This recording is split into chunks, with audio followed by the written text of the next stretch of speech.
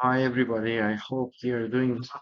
I'm on my way to Vancouver on BC ferries and I'm recording this video for you. The perfectionist that I am, I always try to find a good place and that caused me delay in recording this video. So today I decided to record this video on BC ferries for three reasons.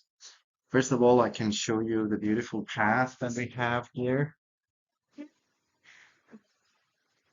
Um, And I do this every week because it's so much fun coming from Victoria to Vancouver. Second of all, I thought if it's not in a normal place, then you will have a better chance to remember and to retain the information that is provided in this video. And third, to remind myself and everybody that we are a passenger, we are travelers in this world, and everything is temporary. Okay, with that introduction, I want to present you to some tips that you can use to enhance the quality of your treatment proposal plan. Are you ready? Okay, let's get us started. So first of all, it was a confusion that some students asked that if this is a draft or if this is a proposal, and the answer is no. This is the most complete document and assignment that you will submit throughout this course. So it's not like 3 pages, 4 pages of proposal that you propose something, and if it's accepted and if it's approved, then you're going to submit your final and complete work. This is the most completed and comprehensive document that you will be submitting. Usually it's anywhere between 40 to 80 pages, the assignments that I receive from students. Okay. And it's a treatment plan that includes two sections, the diagnosis and the solution part. The diagnosis part, you can use individual diagnosis that it's been done by your classmates individually and bring them all together and put a comprehensive diagnosis for the business. Okay.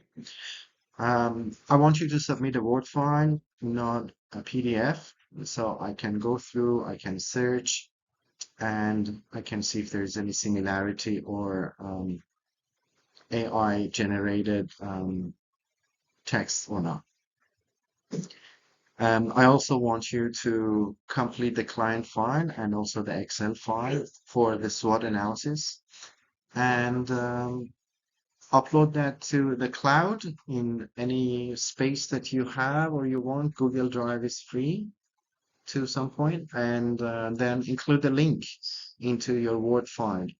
And by clicking on that link, I will be able to open that client profile and the spreadsheet and look at it. Include a team charter, who did what at the beginning. If you can include group pictures or individual pictures, so it helps me to be reminded of you as a team and the people that they were involved in creating the work. Okay, if somebody is not active or they're not contributing, you can remove their name from the cover page. So only people that are active in the team project can put their name and the photo on the cover page. Include 3 solutions for each item on your SWOT table. So like when you go to doctor, the doctor says, we have this tablet, but if you have any allergy, alternatively, you can use this one as well. Okay, so you give that option to your business owner and client to have and to choose to make that decision if they want to go with another solution. Include reports of your visits, the questionnaire, and any other tool that you use for diagnosis of the business in your appendixes. Include the key performance indexes.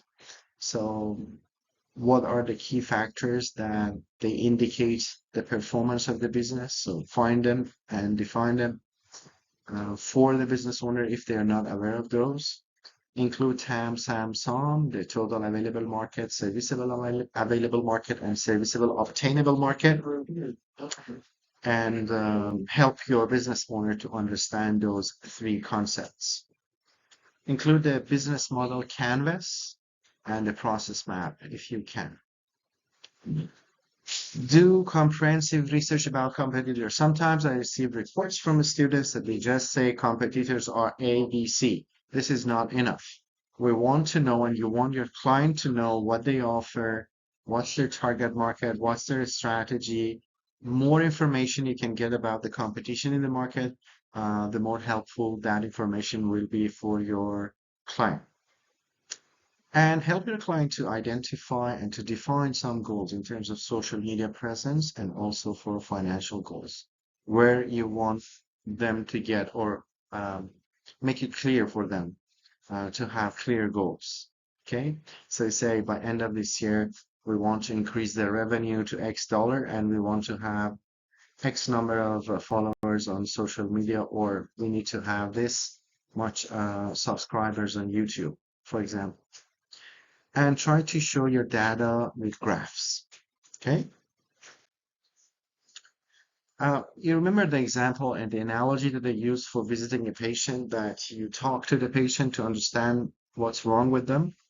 Same thing, that when you work with the business owner, you can use a questionnaire. You can interview the business owner to understand what are the areas that they are doing well and what are the areas that can be improved. So one of your first tools in understanding the strengths and weaknesses and opportunities and threats for your client is the interview and the questionnaire that you do. You also can do Gemba.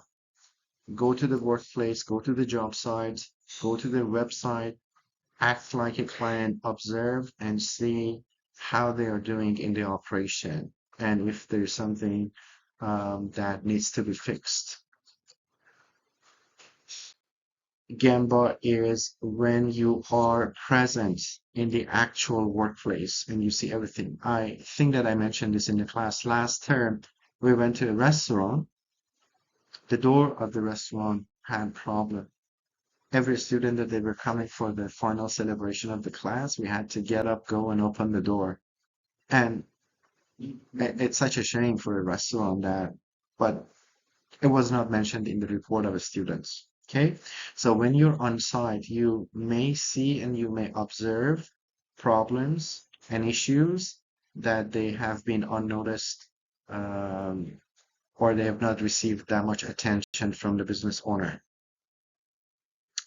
Look for waste, waste of capacity, waste of workforce, and waste of raw material.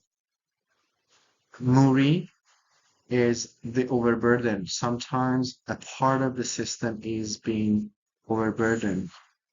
Too much work for a machine or too much work for a person. That's an example of Muri. Identify and let your client know. Mura is the fluctuation when a part is overloaded and another part in the process it's not being utilized 100%. So the work is not even.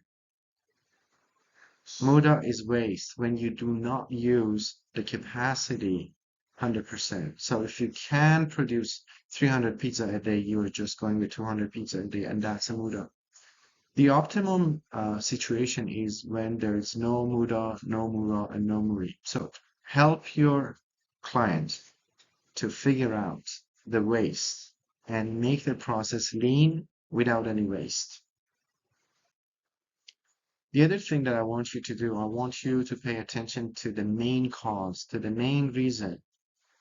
If you talk to the business owner, if they have a problem in their staffing, they may say our staff leave after 6 months. In the first 3 or 4 months, they are motivated, they are energized, they are fully engaged, active, but after a few months, they leave. What's the reason? Are they not happy with the equipment that they work with? Are they not happy with the process? Or are they not happy with their supervisor or colleagues? Or the materials or the environment is not healthy for them? Or it's too noisy?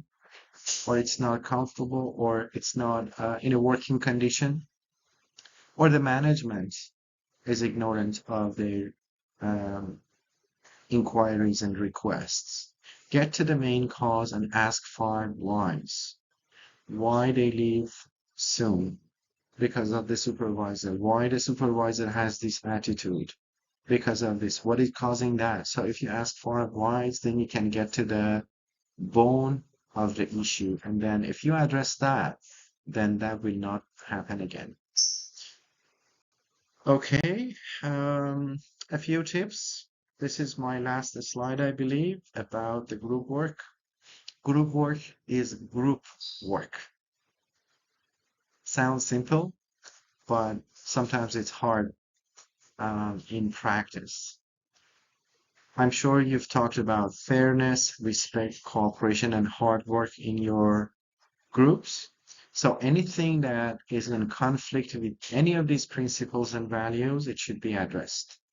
Examples of things that need to be addressed are free ridership, poor quality of work by a member using ChatGPT all the time, frequent absences, poor communication, or even worse, not being responsive, disrespectful language, solo players, overburdening a member should not go unnoticed and they need to be addressed. And it's up to all of you in a group to work together to resolve this issue, okay, before it's too late. I hope this video is helpful for you. Let me know if you have any questions and make it fun. You can have fun and you can have a good group work. Create some events, like I said, hiking, biking, jumping, dancing, drinking, gatherings, any sort of gatherings that bring your team together would help you to work better together. You can have fun and you can have a good work. Bye now.